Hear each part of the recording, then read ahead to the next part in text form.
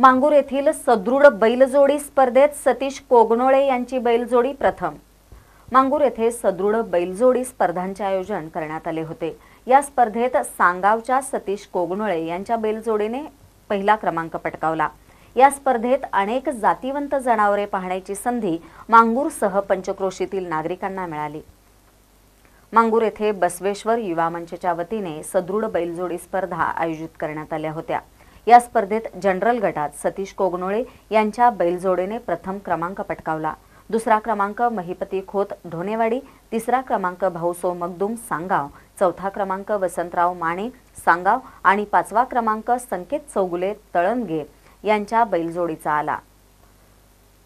गावगणना सदृढ बैलजोडी स्पर्धेत प्रथम क्रमांक संजय पाटील, द्वितीय क्रमांक राहुल कोळी, तृतीय क्रमांक गोपीनाथ धनवडे, चतुर्थ क्रमांक संतोष कोळी यांच्या बैलजोडीचा आला।